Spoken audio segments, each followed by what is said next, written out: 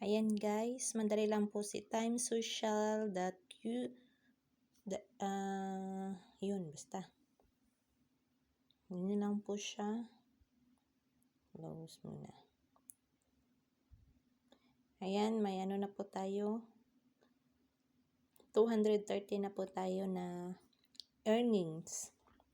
And then, yung mga gagawin nyo lang po guys, ito. Mag-follow lang po kayo sa Facebook, Instagram, Snapchat, TikTok, YouTube, Twitter.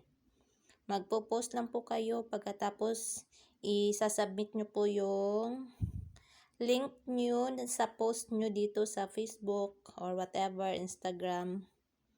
So, para po